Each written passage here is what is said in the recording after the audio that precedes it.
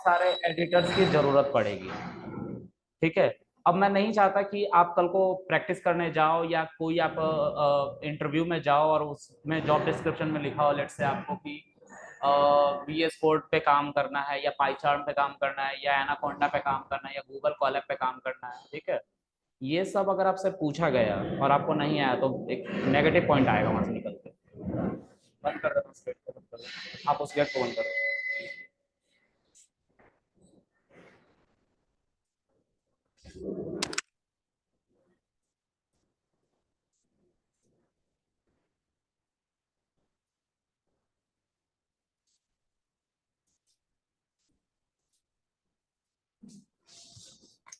Okay. तो मैं नहीं चाहता कि आप लोग को बस ये आइडियली ना चलाना है, इसकी वजह से आप एक जॉब डिस्क्रिप्शन पे अप्लाई ना कर पाओ। ठीक है। तो ऑल इन ऑल जितने आइडियलीज हैं उन सब के बारे में मैं बता देता हूँ। आज की सेशन उसी पे है। जितने आइडियलीज हैं उन सबको इंस्टॉल करवाऊंगा, उसको यूज कैसे करते हैं जितना हो सकेगा उसको कोशिश करके बताएंगे, और नहीं होगा तो कल हम इसके आगे और कंटिन्यू करेंगे। ठीक है।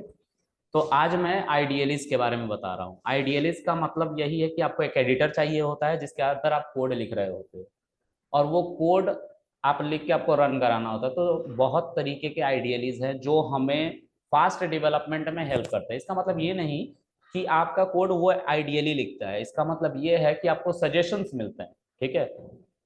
समझ में आ रही बात? जैसे आपने प्रिंट हेलो वर्ल्ड आपने लिखा था पहली बार, तो प्रिंट जैसे है पी लिखते ही प्रिंट आ जाए पूरा का पूरा, ये सजेशन है। या पी से रिलेटेड जितने भी पाइथन में सिंटेक्स है वो सब आ जाए तो आप उसमें से पिक कर पाओ, इसके लिए इसको यूज किया जाता है। ठीक है। क्लियर है? तो अब हम आइडियलिस्ट की बात करते हैं। तो सबसे पहले हम आइडियलिस्ट का नाम लिख लेते हैं कि कितने आइडियलिस्ट हम यूज कर सकते हैं। इंट्रो में ही चलते हैं और इसी में हम आइडियलिस्ट की बात करेंगे।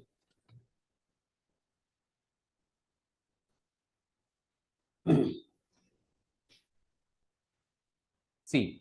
तो पहला है हमारा VS कोड, जिसका पूरा नाम है विजुअल स्टूडियो कोड। ये सबसे ज्यादा पॉपुलर है। इसको माइक्रोसॉफ्ट ने बनाया है। माइक्रोसॉफ्ट ने इसको बनाने का एक ही मोटिव रखा है कि हर तरह की प्रोग्रामिंग इस पे करी जा सके।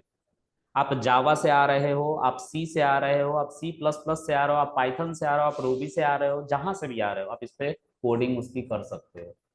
ठीक है। तो माइक्रोसॉफ्ट का एक मोटिव था कि हम एक ऐसा आइडियली दे दें इंटीग्रेटेड डेवलपमेंट इन्वायरमेंट जो इतना एडवांस हो कि हर तरह की प्रोग्रामिंग करी जा सके।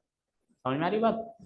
इसके लिए उन्होंने VS कोड को बनाया। तो VS कोड को बेसिकली उन्होंने खाली रखा है। खाली रखने का सेंस ऐसा है कि देखो आप जैसे कभी लेट से एक घर में जा रहे हो, उस घर को खरीद रहे हो और उस घर को अपने अकॉर्डिंग कस्टमाइज करवाते हो।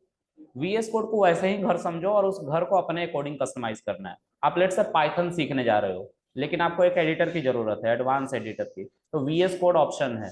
अब VS कोड में पाइथन नहीं है तो आपको पाइथन इसके अंदर डाउनलोड करना पड़ेगा और फिर उसको यूज करना पड़ेगा।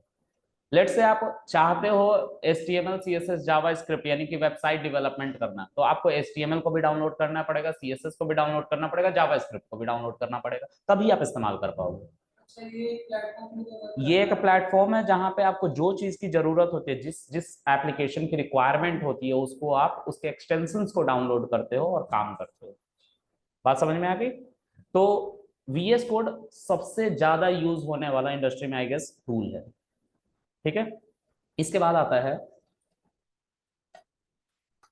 एनाकोंडा। ठीक है। एनाकोंडा टूल अच्छा है, डेटा साइंस के लिए डेडिकेटेड टूल है, लेकिन है बहुत हैवी। अगर आपका रैम 4 GB है, ठीक है, तो बहुत टफ है क्योंकि इसको चलने के लिए 4.7 GB डिस्क स्पेस रिक्वायर्ड होती है, और नॉर्मली ये 1 से 2 GB लेता है रैम चलने के लिए सिर्फ। ठीक है। ये बहुत हैवी टूल है। ठीक है। तो मैं इसको भी इंस्टॉल करना सिखवाऊंगा, लेकिन ये है बहुत मतलब कि अच्छा अगर आप डेटा एनालिसिस में है, आप डेटा साइंस में है, डीप लर्निंग में है, AI में है, बहुत अच्छा टूल है एनाकोंडा। लेकिन 8 GB रैम अगर आपका है तो ये बेटर थोड़ा काम करेगा। ठीक है। आपको परेशानी नहीं होगी। ठीक है। इसके बाद आपका आता है पाईचार्म। पाईचार्म को बनाने वाली कंपनी का नाम है जेट ब्रेन। ठीक है। जेट ब्रेन अक्सर आइडियलीज ही बनाती हैं। जैसे आपने लैंग्वेज बनाया कोई भी और वो लैंग्वेज पॉपुलर होगी, लेट से जावा जैसे पॉपुलर है, तो उसके ऊपर कुछ बना के और उससे पैसे कैसे अर्न किए जाएं, ये काम करती है जेटब्रेन कंपनी।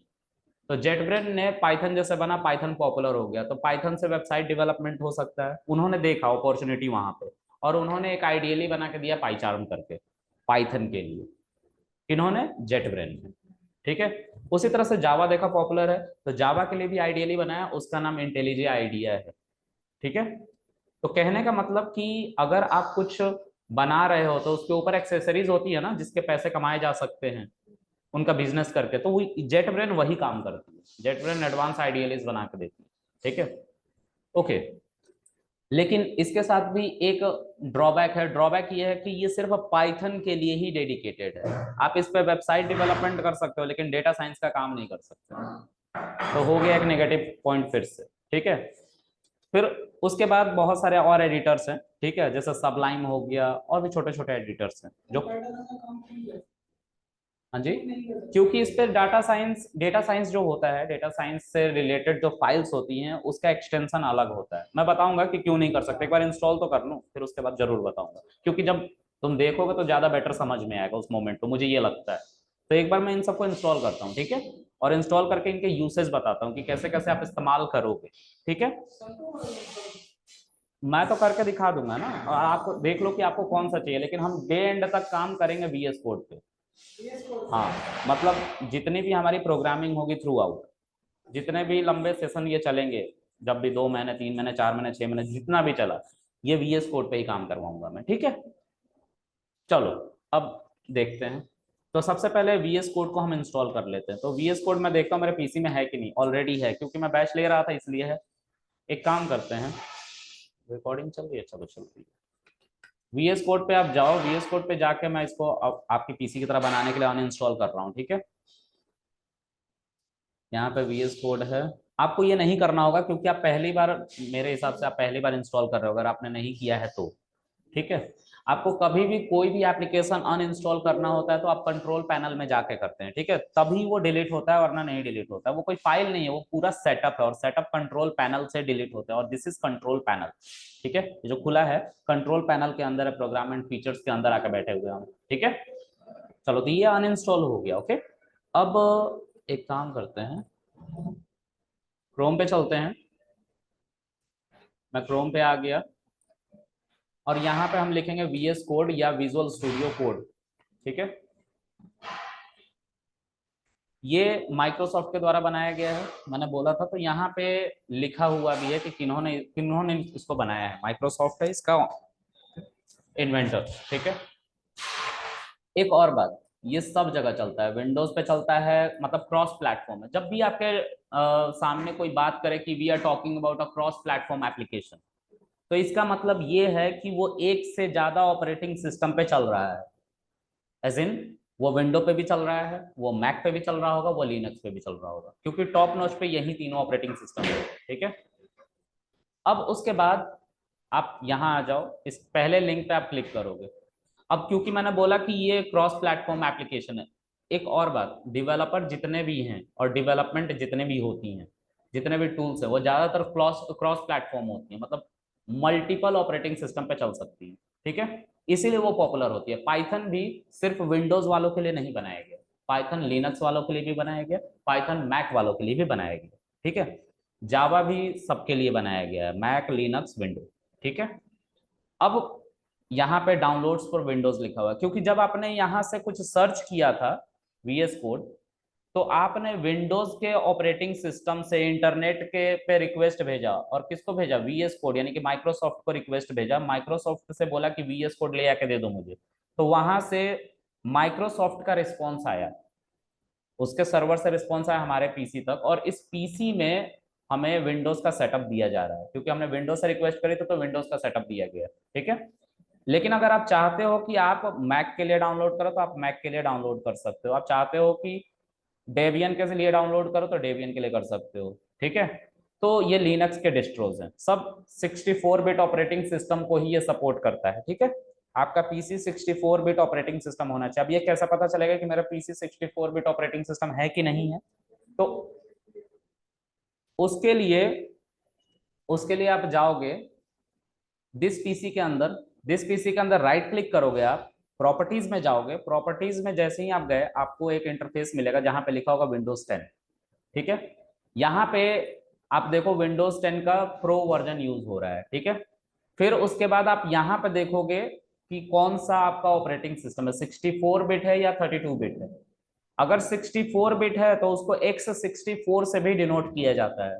ठीक है, अगर 32 बिट है तो उसको x86 से भी डिनोट किया जाता है। ठीक है, क्लियर है इतनी बात? तो हम यहाँ पे देख चुके हैं कि हमारा पीसी 64 बिट है, और आप यहाँ से अपना रैम भी देख सकते हो। तो मेरा जैसा 16 दिखा रहा है, आपका 8 16 4 ये दिखा रहा होगा। ठीक है, इसको क्लोज कर लो, इसको भी क्लोज कर लो आप।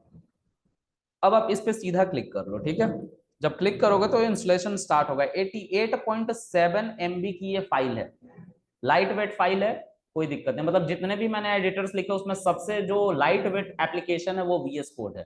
ठीक है, और इसको हम कस्टमाइज कर सकते हैं अपने अकॉर्डिंग, तो कुछ भी इसमें बेकार का नहीं है। मतलब कि ऐसा कोई एप्लीकेशन नहीं आया है जिसको आप ना इस्तेमाल करें, आपको पूरी तरीके से इसको कस्टमाइज करना पड़ेगा। ऐसा समझ लो आपने एक नोटपैड डाउनलोड किया है और वो 88.7 MB का नोटपैड है। ठीक है, समझ में आ गई बात? ओके, अब क्योंकि आपने विंडोज के लिए डाउनलोड किया है इसलिए एक्सटेंशन .exe करके आया है विंडोज के लिए। अब इस पर डबल क्लिक आप करो तो आपका इंस्टॉलेशन स्टार्ट होगा।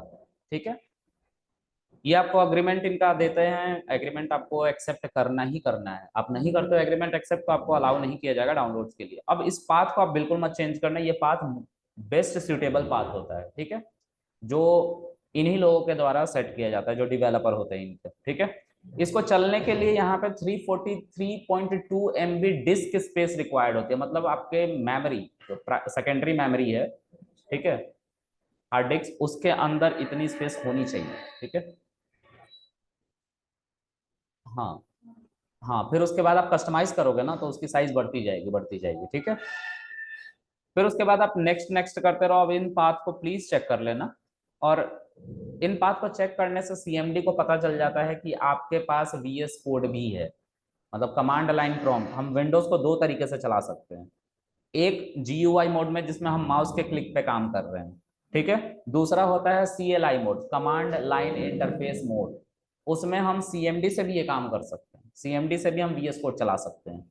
ठीक है, फिर आप नेक्स्ट करोगे, इंस्टॉल पे क्लिक करो। अब इंस्टॉलेशन स्टार्ट हो रही है। ओके, थोड़ा सा ये टाइम लेगा, वेट कर लेते हैं इसका, है ना।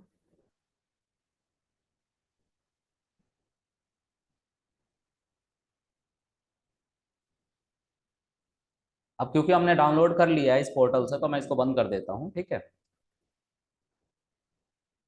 फिनिश कर लेंगे। ठीक है, VS कोड हमारा इंस्टॉल हो चुका है।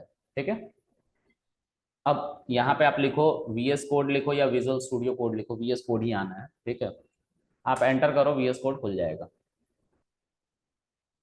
अब मैं VS कोड को यूज कैसे करते हैं ये सिखा रहा हूँ। तो ऑलरेडी एक फाइल यहाँ पे खुली हुई है, अभी थोड़ी देर पहले मैं एक बैच ले रहा था उसी की फाइल है। तो मैं एक नया विंडो खोलता हूँ, न्यू विंडो पे जाके यहाँ पे फाइल पे जाऊंगा, न्यू विंडो खोलूंगा तो एक नया विंडो मेरे पास आ रहा है जिसमें कुछ भी नहीं है। इस पहले वाले को बंद कर दे रहा हूँ, इसको खोलता हूँ। आपका जो विंडो खुलेगा VS कोड का वो कुछ ऐसा खुलेगा। ठीक है, इसमें कुछ ऑप्शंस दिए गए हैं इधर साइड में। ठीक है, ये आपका फाइल को मैनेज करता है, आपके फोल्डर को मैनेज करता है। ठीक है, दोनों को मैनेज करेगा। तो यहाँ पे कह रहा है ओपन फाइल करो, open file, sorry open folder. Open folder मतलब कि आप जहां पे अपने सारे कोड को रखना चाहते हो उस फोल्डर को ओपन करो। ठीक है, तो लेट से मेरे पास फोल्डर नहीं है अभी, तो मैं क्या करूंगा, मैं एक फोल्डर बनाऊंगा। ठीक है, और अगर है तो उस फोल्डर को पिक कर लूंगा। तो मैंने ऑलरेडी एक फोल्डर डेस्कटॉप पे बना रखा है, क्लास ऑन गिट नाम के फोल्डर के अंदर, वीकडेज 7 के नाम से। इसको मैंने सेलेक्ट कर लिया। अब देखो सेलेक्ट फोल्डर आ रहा है, सेलेक्ट फोल्डर आ रहा है, इस सेलेक्ट फोल्डर को हम क्लिक करेंगे और ये स्टार्ट हो जाएगा। अब उस फोल्डर के अंदर जो आपका बनाया था उसके अंदर दो फाइल्स थी, एक पाइथन की फाइल थी और दूसरा टेक्स्ट फाइल थी जो इंट्रो की फाइल थी। ठीक है, इस पे आप क्लिक करोगे तो पाइथन की जो फाइल हमने बनाई थी टेस्ट करने के लिए, जब हमने आइडियली इंस्टॉल किया था तो उसमें चार चीजें हमने लिखी थी, और ये है इंट्रो की फाइल। अब इंट्रो की फाइल में जो मैं पढ़ा रहा था उसके बारे में लिख रहा था, जैसे मैंने अभी लिखा था VS कोड, एनाकोंडा और पाइथन, इनको इंस्टॉल करना सिखाऊंगा। ठीक है, तो ये बातें यहाँ पे लिखी हुई हैं। ठीक है, अब हम इस पे फिर से आते हैं। ठीक है, अब हम चाहें कि एक साथ मल्टीपल फाइल्स को देख पाएं, जो कि वेबसाइट डेवलपमेंट में ज्यादा हेल्पफुल होती हैं, तो हम एक साथ मल्टीपल फाइल को भी देख सकते हैं। सिर्फ इसको क्लिक करके ऐसे ड्रैग करके यहाँ पे छोड़ देना है। ठीक है, तो दोनों फाइल एक साथ खुल जाती है टैब की शक्ल में। ठीक है, ये VS कोड है, एडवांस आईडीएलईज की बात कर रहा हूँ। डिफरेंस ये है कि यहाँ पे हर तरह के फाइल को मैनेज करता है। मैं आपको एग्जांपल दिखाता हूँ। सी, यहाँ पे आपको कुछ ऑप्शंस दिख रहे हैं, इसका मतलब है कि नई फाइल आप क्रिएट करना चाहते हो। न्यू फाइल का ऑप्शन आ रहा है, यहाँ पे आप नए फोल्डर को क्रिएट करना चाहते हो। किसके अंदर? वीकडे 7 के अंदर, जो हमने एक फोल्डर बना रखी थी कल, उसके अंदर ये सारी बातें हो रही हैं। क्योंकि जुपिटर पे हो जाता है, कोई दिक्कत नहीं है। जुपिटर पे .py फाइल को आप स्टार्ट करोगे तो आपको प्रॉब्लम होगी। अभी मैं दिखाऊंगा, अभी मैं इंस्टॉल सबको एडवांस आईडीएलईज ही कर रहा हूँ। ठीक है, तो मैं सबकी प्रॉब्लम बता दूंगा कि क्या है, और VS कोड क्यों बेटर है ये भी बता दूंगा। कंपेयर करना पड़ेगा तो उसके लिए इंस्टॉलेशन करनी पड़ेगी ना, तो वही मैं कर करके दिखा रहा हूँ। ठीक है, ओके, तो अब हम इस पे आ रहे हैं। हम लेट से इस पे गए और हम एक नई फाइल को बनाना चाहते हैं। क्लिक करते हैं, ऐसा खुल जाता है एक हमारा टैब की तरह, और उस पर हमें लिखना पड़ता है। लेट से मैं एक फाइल बनाता हूँ न्यू करके। अब ध्यान से देखो, इसके आगे जो सिंबल है वो टेक्स्ट का सिंबल है। मतलब अगर मैं न्यू करके एंटर कर दूं तो ये एक टेक्स्ट फाइल बनेगी, क्योंकि नीचे देखो यहाँ पे टेक्स्ट लिखा हुआ ना .txt, ये उसी तरह की लाइन है ना सामने। लेकिन ये पाइथन की फाइल थी तो पाइथन का सिंबल आया है। अगर मैं इसी फाइल के आगे डॉट करके सी लिख दूं तो ये सी की फाइल बन जाएगी, डायनेमिक है ये। अगर मैं इस पे py लिख दूं तो पाइथन की फाइल बन जाएगी। अगर C++ लिख दूं तो C++ की फाइल बन जाएगी। अगर जावा लिख दूं तो जावा की फाइल बन जाएगी। तो यही इसका फीचर सबसे अच्छा है, हर तरह के फाइल सिस्टम को सपोर्ट करता है। हाँ, IPYNB, आई का मतलब होता है जिससे वो इंटरप्रेटर बना है, तो आई नाम की किसी लैंग्वेज से वो इंटरप्रेटर बना है। PY का मतलब होता है पाइथन, और NB का मतलब होता है नोटबुक, और एक्सटेंशन पूरा का पूरा है IPYNB जो जुपिटर का है। मैं बताऊंगा, अभी जुपिटर इंस्टॉल करूंगा तो एक एक करके देख लेते हैं ना, फिर कोई क्वेश्चन होगा प्लीज पूछ लेना। ठीक है, हाँ जी, अभी मैं बता रहा हूँ आपको, जो बेटर लगेगा वो आप डाउनलोड करोगे, लेकिन मेरा रिकमेंडेशन ये रहेगा कि आप VS कोड डाउनलोड करो। ठीक है, मैं सबके बारे में इसलिए बता रहा हूँ कि कल आप इंटरव्यू में जाओगे और फिर आपको प्रॉब्लम होगी, क्योंकि आपको चलाना नहीं आ रहा होगा, इसलिए बता रहा हूँ इस सब चीजों को, है ना। चलो एक सेकेंड। तो मैं चाहता हूं कि एक पाइथन की फाइल बनाऊं, तो .py लगाना पड़ेगा मुझे एक्सटेंशन यहाँ पे। ठीक है, अब क्या है कि सिर्फ पाइथन की फाइल बना लेना सॉल्यूशन नहीं है। मतलब आप पाइथन की फाइल बना लो और यहाँ पे लेट से यहाँ पे लिख दो आप print hello world, this is not solution. अगर आप इसको बना भी लेते हो तो आप इसको चला नहीं पाओगे। क्यों नहीं चला पाओगे? क्योंकि आप जो VS कोड डाउनलोड करके लाए हो उसके अंदर पाइथन है ही नहीं।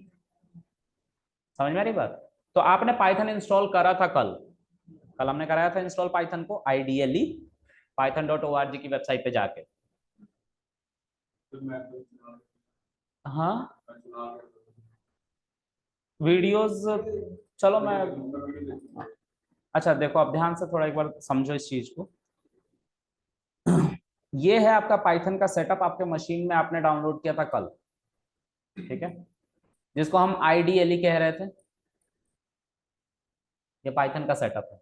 ठीक है, ये है आपका VS code, visual studio code. ठीक है, अब क्या है कि ये पाइथन का सेटअप जो है वो पाइथन को अच्छे तरीके से चलाता है ना। VS कोड को पाइथन का सेटअप नहीं पता है कि क्या होता है, लेकिन ये पता है कि आपके मशीन में पाइथन है। समझ में आ रही बात? तो इसको इसको हमें VS कोड से कनेक्ट करना पड़ेगा, तभी VS कोड पाइथन को चला पाएगा या पाइथन की फाइल को चला पाएगा। उसके लिए चाहिए हमें इसी की तरह एक एक्सटेंशन। समझ में आ रही बात? तो हमें एक एक्सटेंशन डाउनलोड करना पड़ता है जो ऐसे निकल के और इस पाइथन से कनेक्ट हो जाए और पाइथन को चलाने लग जाए VS कोड। इसी एक्सटेंशन को डाउनलोड हमें करना पड़ता है VS कोड इंस्टॉल करने के बाद। समझ में आ रही बात? अब इस एक्सटेंशन को डाउनलोड करने के लिए हमें VS कोड में ही जाना पड़ता है, एक्सटेंशन सेक्शन में। वो कहाँ है? तो ये जो दिख रहा है इसी को कहते हैं एक्सटेंशन। ठीक है, इस पे जाओगे तो आपको एक सर्च बार मिलेगा। इस सर्च बार में आपको लिखना है पाइथन। तो पाइथन का एक्सटेंशन डाउनलोड होगा। एक्सटेंशन का दूसरा नाम प्लगइन है। ठीक है, प्लगइन, प्लगइन, हाँ। तो हम यहाँ पे लिखेंगे पाइथन। तो बेसिकली ये पाइथन का सेटअप नहीं डाउनलोड हो रहा, ये पोर्शन प्लगइन डाउनलोड हो रहा है जो आइडियली से जाकर कनेक्ट हो जाए, यानी कि पाइथन से जाकर कनेक्ट हो जाए। तो हम जो भी कोड यहाँ पे लिखेंगे, लेट से यहाँ पे लिखता हूं मैं hello world, print hello world, let say मैं लिखता हूं। ठीक है, अगर मैं ये लिखूंगा तो VS कोड इसको नहीं चला पाएगा। कब तक? जब तक ये पाइथन से कनेक्ट ना हो। मतलब पाइथन का सेटअप हमें अलग इंस्टॉल करना है और VS कोड से सिर्फ कनेक्ट करवाना है। किसकी मदद से? एक्सटेंशन की मदद से। सब चलाता है, लेकिन सबका सेटअप हमें एडिशनल इंस्टॉल करना पड़ता है और VS कोड से कनेक्ट करना पड़ता है।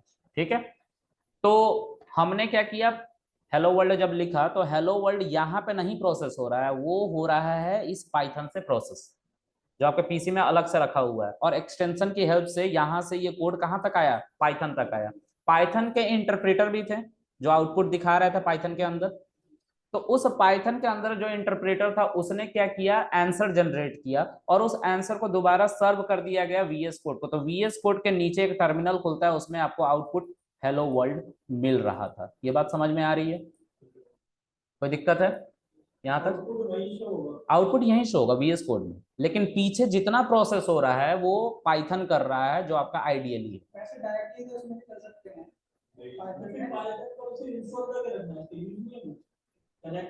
हाँ, इसका यूज फिर नहीं रहेगा क्योंकि आप एडवांस आइडियली पे बैठे हैं ना, तो इसका यूज क्या रहेगा जब आप VS कोड से ही पाइथन चला रहे हैं। लेकिन सेटअप होना चाहिए। हाँ, क्या कह रहे हो?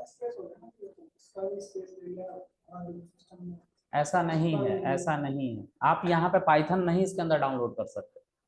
आप इसके अंदर पाइथन डाउनलोड कर ही नहीं सकते। आप इसके अंदर सिर्फ एक्सटेंशन डाउनलोड कर सकते हैं। This is just a note pad.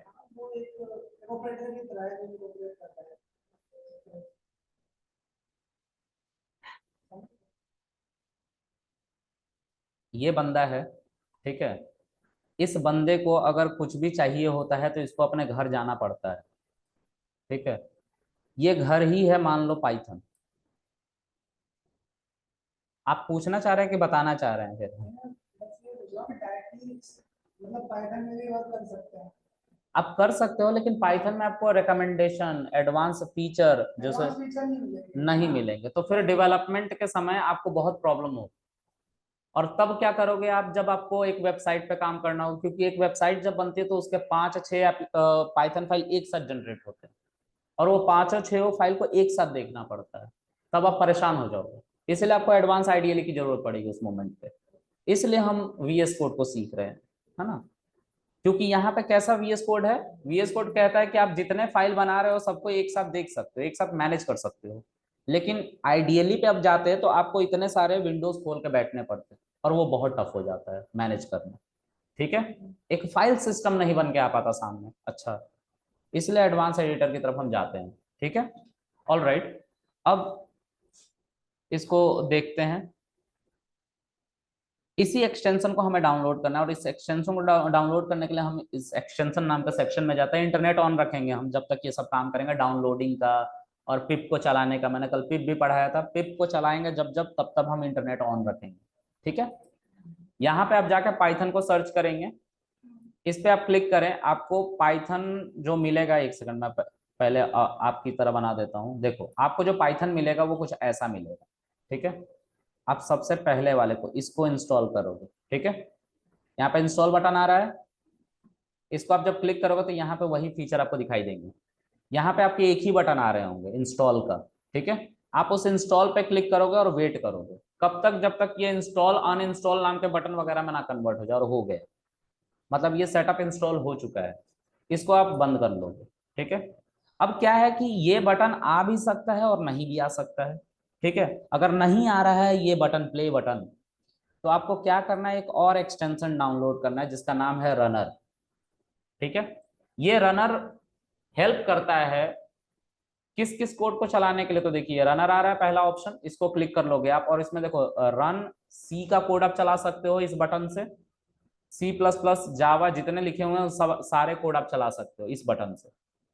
इस बटन को लाने के लिए ही हम रनर को इंस्टॉल करेंगे। तो यहाँ पे आपका इंस्टॉल बटन आ रहा होगा, मैंने ऑलरेडी इंस्टॉल कर रखा है इसीलिए मेरा डिसेबल का और अनइंस्टॉल का ऑप्शन आ रहा है, तो आप उसको भी क्लिक कर लोगे और वेट करोगे जब तक वो डिसेबल या अनइंस्टॉल में कन्वर्ट ना हो जाए। क्लियर है? ऑलराइट, इसको भी बंद कर लेते हैं। और अब आप तैयार हैं अपने पाइथन को चलाने के लिए, ठीक है, वीएस कोड की मदद से। तो लेट्स से अभी मैंने न्यू डॉट पी वाई बनाया था, इस फाइल सिस्टम में फिर से चले जाएंगे, न्यू डॉट पी वाई बनाया था। अब न्यू डॉट पी वाई बनाने के बाद मैंने उसके अंदर लिखा था प्रिंट हेलो वर्ल्ड, ठीक है। इसको यहाँ पे ये डॉट दिख रहा है आपको और ये डॉट दिख रहा है, यहाँ पे डॉट दिख रहा है आपको, इसका मतलब है कि आपकी फाइल में जो आपने करेक्शन करे हैं वो सेव्ड नहीं है। तो सेव नहीं है तो आउटपुट नहीं मिलेगा जो आप एक्सपेक्ट करो। आप इस पर क्लिक करो लेकिन हेलो वर्ल्ड नहीं आया, नहीं आया ना, तो आपको कंट्रोल एस करना पड़ेगा इस पे क्लिक करके विंडो पे, और ये देखिए डॉट हट गया दोनों, है ना। अब आप रन करो, देखो हेलो वर्ल्ड आएगा। प्रोसेस लेंदी हो गया, वहां पे भी करना पड़ता था, मैं दिखाता हूँ, मैं करके दिखा देता हूँ, ठीक है। एक नई फाइल बना लो आप, इसमें लेट से प्रिंट लिखना पड़ गया, ठीक है, हेलो वर्ल्ड, ठीक है। अब इसको आप पहले तो सेव करना ही पड़ता सारा फाइल, ये तो पता ही है आपको। तो आप इसको रन पे क्लिक करोगे तो ये सेव करने को बोलेगा, हम सेव कर देंगे इसको डेस्कटॉप पे ही अपने ही फोल्डर के अंदर 7 के अंदर, ठीक है। और इसमें हम सेकंड डॉट पी वाई नाम दे देंगे, ठीक है। तो ये सेव हो गया, रन हो गया। अब फिर से चलते हैं वहीं पे, यहाँ पे ध्यान से देखिएगा, इसके ऊपर एक स्टार बन जाएगा जैसे ही मैं कुछ लिखूंगा इसके अंदर, और बन गया स्टार। उसका मतलब है कि कुछ करेक्शन हुआ है लेकिन वो चेंज नहीं हुआ है, ठीक है। कंट्रोल एस यहाँ पे भी करना था, कुछ लिख के करना था ना, तो जुपिटर पे नहीं होता ना, जुपिटर पे ऑटोमेटिक सेव का ऑप्शन, ठीक है। हाँ, यहाँ पे कंट्रोल एस करना पड़ेगा आपको, फिर सेव होगा और फिर उसके बाद रन करना पड़ेगा, तब ये आपका आउटपुट आएगा।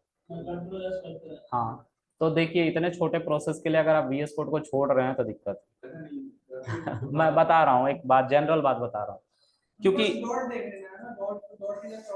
हाँ हाँ डॉट देख लेना आप, यहाँ पे ऊपर में आ जाएगा डॉट, जो फाइल आप खोलोगे, जैसे ये फाइल खोला ना इंट्रो डॉट टीएक्सटी, हर कोड के बाद नहीं, आप लेट से 10 लाइन का कोड, आप 10 लाइन का कोड लिख लिया, 20 लाइन का कोड लिख लिया, 100 लाइन का कोड लिख लिया, अब आप उसको चलाना चाहते हो, जब चलाना चाहते हो तो आप कंट्रोल एस एक बार प्रेस कर लेना, ठीक है। चलो,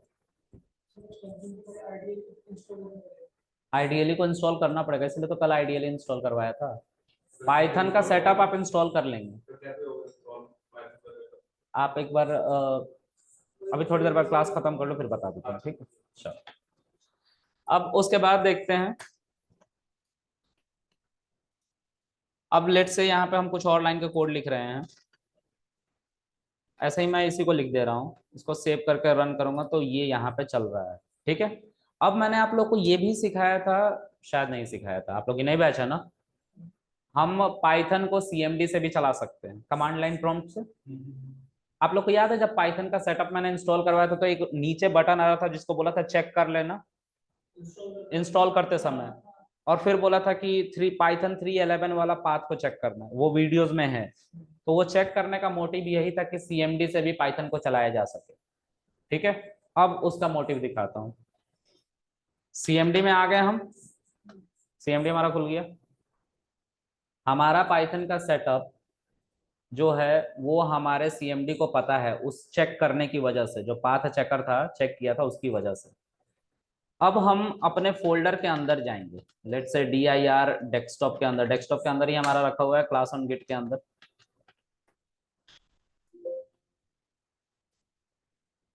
ये दिख रहा है ये वाला क्लास ऑन गिट, खुलेगा ही नहीं ऐसे। चलो एक काम करते इसको बंद करते हैं, इसके अंदर आप चले जाओ, इसके अंदर चले जाओ, इसके अंदर 4 फाइल्स हैं, इस पे आप क्लिक करोगे ये सारी सेलेक्ट हो जाएंगी पाथ, ठीक है। फिर आप CMD लिखोगे यहाँ पे, इसका मतलब ये है कि इस फोल्डर के साथ ही हम CMD को खोलना चाहते हैं, दिख रहा है ये फोल्डर वीकडे 7, मतलब इस फोल्डर के अंदर जितनी फाइल्स हैं उसको एक्सेस करना है मुझे, ठीक है। तो मैं यहाँ पे पाइथन चलाना चाहता हूँ, ठीक है। तो ये जो है न्यू, सेकंड और फर्स्ट, ये सभी पाइथन की फाइल है जो अभी अभी बनाई है हमने, है ना। मैं चाहता हूं कि न्यू वाले पाइथन फाइल को चलाऊं, किसकी मदद से, सीएमडी की मदद से। तो मैं इसके ऊपर लिखूंगा, हाँ हाँ, इसके ऊपर लिखूंगा पाइथन, ठीक है। और इसके आगे लिखूंगा उस फाइल का नाम न्यू डॉट पी वाई, और रन करूंगा। उसके अंदर जो भी लिखा होगा वो सीएमडी पे चल रहा है, हेलो वर्ल्ड चल रहा है ना। बात समझ में आ गई। अब ये क्यों बताया, क्योंकि आप ऑलरेडी इसको चला सकते हो यहाँ पे टर्मिनल पे। सी, ध्यान से समझिए इस बात को। विंडो पे जो सीएमडी होता है वही टर्मिनल है, क्लियर है। विंडो पे जो सीएमडी होता है वही टर्मिनल है।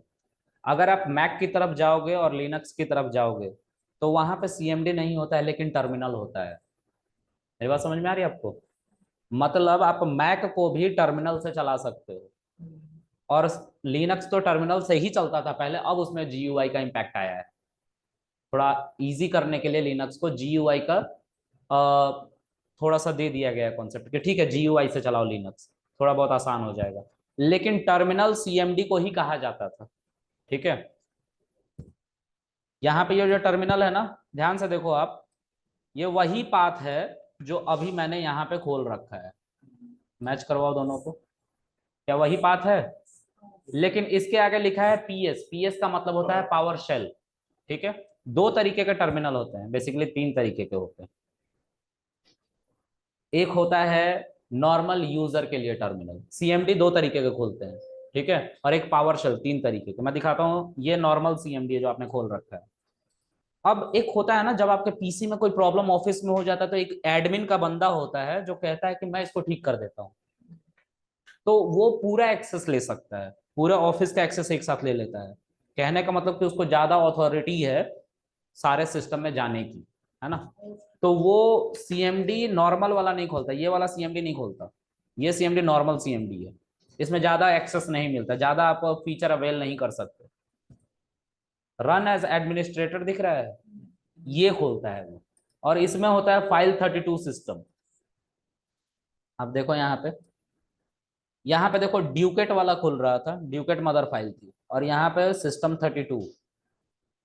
इसमें जब वो एक्सेस लेता है तो वो पूरे पीसी को एक्सप्लोर करता है। तो टर्मिनल भी दो तरीके की होती है, एक एडमिनिस्ट्रेटर का टर्मिनल होता है, एक नॉर्मल टर्मिनल होता है, ठीक है। समझ में आ गई बात।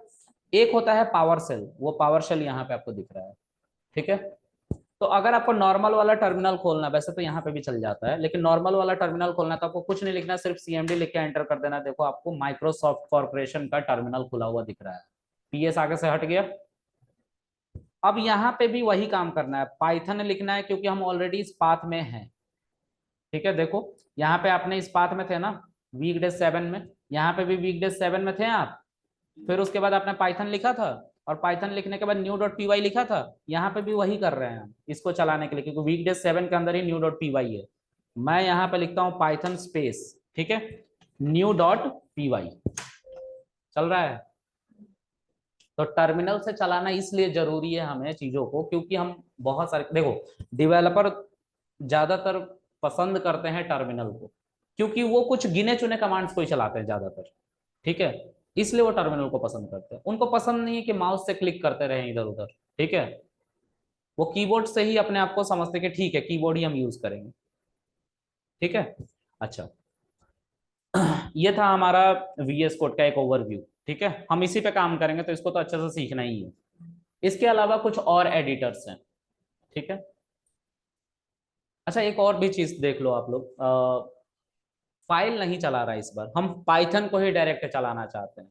जैसे स्क्रिप्टिंग कर रहा था ना, ये वाला आप स्टार्ट करते थे आइडियली, और जब इस पे आप लिखते थे लेट से ये पाइथन है ना, यहाँ पे हम लिखते थे डायरेक्ट हेलो वर्ल्ड, ठीक है, और एंटर करते थे चल जाता था। 2+2 कर रहे हैं तो 4 आंसर आ जा रहा है, क्योंकि पाइथन में सब कुछ इजी है तो हमें पूरा लिखने की जरूरत नहीं पड़ती। हम कुछ कुछ बातें अरिथमेटिक ऑपरेशन ऐसे ही कर सकते हैं। लेकिन आप लिखना चाहो ऐसे तो लिख सकते हो, you are free to write, है ना, कोई दिक्कत नहीं है, ठीक है। तो इसको स्क्रिप्टिंग कहते हैं, ये स्क्रिप्टिंग कर रहे हैं। स्क्रिप्टिंग अक्सर वो लोग करते हैं जो इथिकल हैकिंग, साइबर सिक्योरिटी में बैठे हैं और पाइथन का यूज कर रहे हैं। ठीक है, बिना प्रिंट के स्ट्रिंग भी लिखा जा सकता है। ठीक है, जैसे आपको लिखना है हेलो वर्ल्ड, एंटर, चल गया। लेकिन आप प्रिंट के साथ हेलो वर्ल्ड लिखोगे तो बस थोड़ा सा चेंजेस आते हैं। वो थोड़ा सा चेंजेस ये है कि ये ब्यूटीफाई करके चीजों को देता है, मतलब ये जो अगल बगल में ये सिंगल कोट लगा हुआ है ना, उसको हटा देता है। ठीक है, ऊपर डबल कोट पे भी नीचे सिंगल कोट में है। अभी उसके बारे में बात करेंगे, वो स्ट्रिंग का केस है। स्ट्रिंग 4 तरीके से लिखे जाते हैं पाइथन में, मैं चारों तरीका बताऊंगा, अभी वहां तक पहुंचे नहीं है तो अभी थोड़ा सा रुकते हैं ना।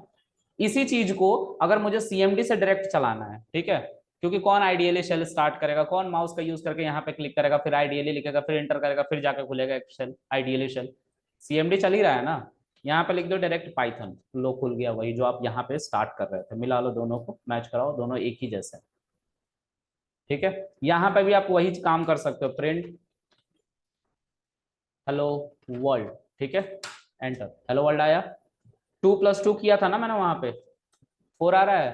फिर इसी को प्रिंट में लिखा था मैंने। अच्छा, केस सेंसिटिव का याद रखेंगे, Python is a case sensitive language, तो कैपिटल लेटर में आप कुछ भी नहीं लिखेंगे। ठीक है, जो स्मॉल लेटर में वो स्मॉल लेटर में, जो कैपिटल में वो कैपिटल में। ठीक है, 4 आ गया। अब हेलो वर्ल्ड को तुम ऐसे भी लिख सकते हो,